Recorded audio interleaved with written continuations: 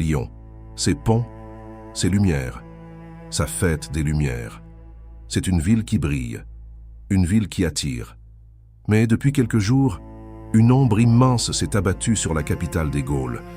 Vous avez tous entendu parler de ce qui est arrivé à Quentin. 23 ans, étudiant, catholique, mort sous les coups, pour rien, ou peut-être pour tout.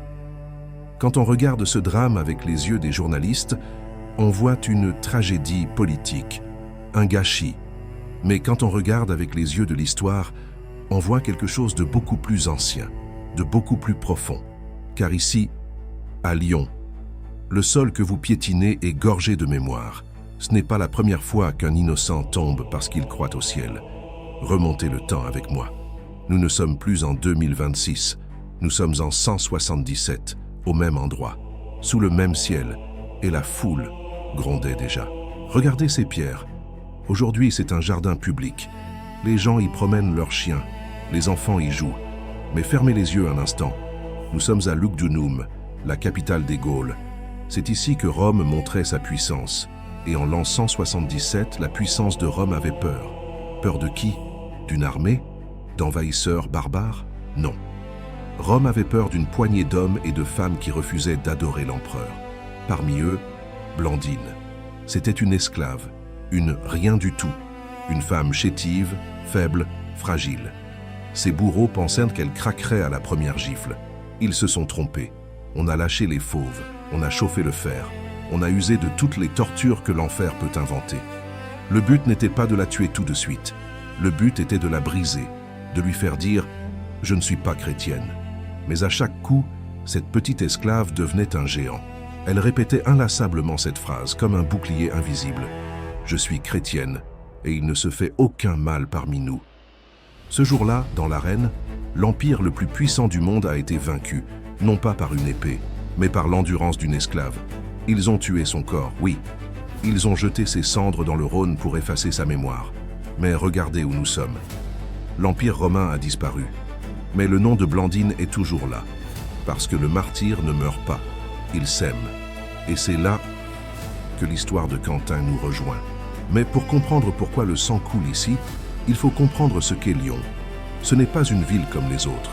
Demandez aux historiens, demandez aux prêtres, ils vous le diront tous. Lyon est une ville double. D'un côté, c'est la colline qui prie, Fourvière, la lumière, la Vierge Marie qui protège la cité depuis la peste. Mais de l'autre, c'est la ville du brouillard, la capitale de l'ésotérisme, des sociétés secrètes, des rites cachés dans les traboules. Il y a ici une tension invisible, une guerre silencieuse entre l'ombre et la lumière, qui dure depuis 2000 ans. Ce n'est pas un hasard si les premiers martyrs de France sont tombés ici. Ce n'est pas un hasard si le curé d'Ars s'est battu contre le mal, juste à côté d'ici. Saint Pothin, le premier évêque, l'avait compris. Il savait que planter la croix à Lyon, c'était la planter en territoire ennemi. Lugdunum était le centre du pouvoir païen, le cœur du culte à l'empereur. Apporter l'évangile ici, c'était un acte de guerre spirituelle. Alors, quand un jeune homme de 23 ans tombe aujourd'hui, ne croyez pas que c'est juste un fait divers. Ne croyez pas que c'est le hasard d'une mauvaise rencontre au coin d'une rue. Non, c'est une réplique sismique. C'est la continuité de ce combat ancien. Le mal ne supporte pas l'innocence. Il ne la supportait pas en 177 face à Blandine. Il ne la supporte pas en 2026. La haine change de visage. Elle change de prétexte politique. Mais c'est toujours la même haine. Et face à elle, c'est toujours le même sacrifice. Revenons à Quentin. Revenons à notre époque. Aux yeux du monde, sa mort est un scandale. Un gâchis pur. Une vie fauchée à 23 ans. Pour rien. Juste de la violence gratuite. C'est ce qu'on se dit tous. Quel gaspillage. Mais attention, le regard de Dieu n'est pas le regard des hommes. Là où nous voyons une fin tragique, l'Église voit un mystère. Il y a une phrase immense, une phrase traversée par les siècles, écrite par Tertullien. Le sang des martyrs est semence de chrétiens. Écoutez bien ce mot, semence. Une graine, quand on la met en terre, elle disparaît. Elle semble morte. Elle est enterrée dans le froid et l'obscurité, exactement comme Quentin. Mais c'est précisément parce qu'elle meurt qu'elle porte du fruit. Le bourreau pense éteindre une lumière. Il se trompe. Sans le savoir, il met le feu à la plaine. Il réveille les consciences endormies. Quentin n'est pas mort les armes à la main. Il n'était pas un soldat. Il est mort, désarmé, comme Blandine. Mais son silence aujourd'hui fait plus de bruit que tous les cris de haine. Sa mort nous oblige à nous arrêter. Elle nous pose, à vous et à moi, la seule question qui compte vraiment. Et nous? Si la nuit venait à tomber, aurions-nous cette force? Avons-nous encore une foi pour laquelle nous sommes prêts à tout perdre? Le martyr ne meurt jamais en vain. Il ne ferme pas une porte. Il ouvre le ciel. Imaginez le lendemain du massacre de 177. Les gradins sont vides. Le sang a séché. La communauté chrétienne de Lyon est décapitée. L'évêque Potin est mort. Les prêtres sont morts. Les fidèles sont dispersés. Humainement, c'est la fin de l'histoire. L'église de Lyon aurait dû disparaître ce jour-là. Mais l'histoire sainte ne s'arrête jamais sur une tombe.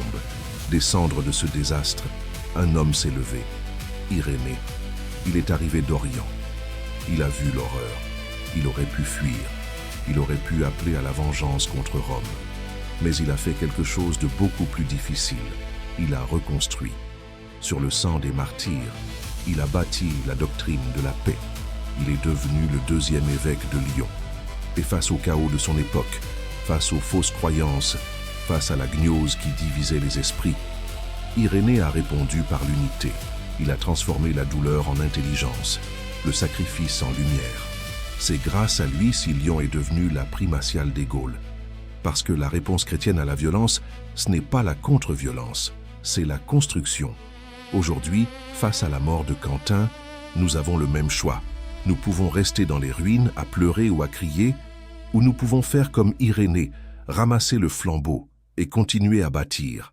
Car le sang versé ne demande pas une vendetta, il demande une relève. Je le sais, la colère est là, elle gronde dans vos cœurs, elle gronde sur les réseaux. Face à l'injustice, la tentation est grande de crier, de haïr, de vouloir rendre coup pour coup, c'est humain.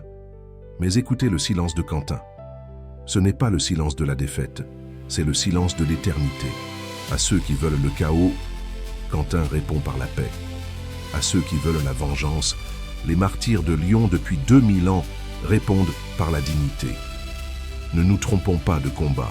La vraie victoire, ce n'est pas de détruire l'autre, c'est de rester debout. C'est de garder la tête haute et le cœur pur, là où tout le monde perd la raison. Alors, ce soir, ne laissez pas la haine éteindre votre lumière. Faites ce que les Lyonnais ont toujours fait quand la nuit est trop noire. Allumez une bougie, pour Quentin, pour sa famille, pour la France. Une toute petite flamme suffit pour repousser l'ombre immense. Ils ont pris une vie, mais ils ne prendront jamais notre espérance. Restez veilleurs et souvenez-vous, la lumière luit dans les ténèbres, et les ténèbres ne l'ont pas arrêté. Verbum lux.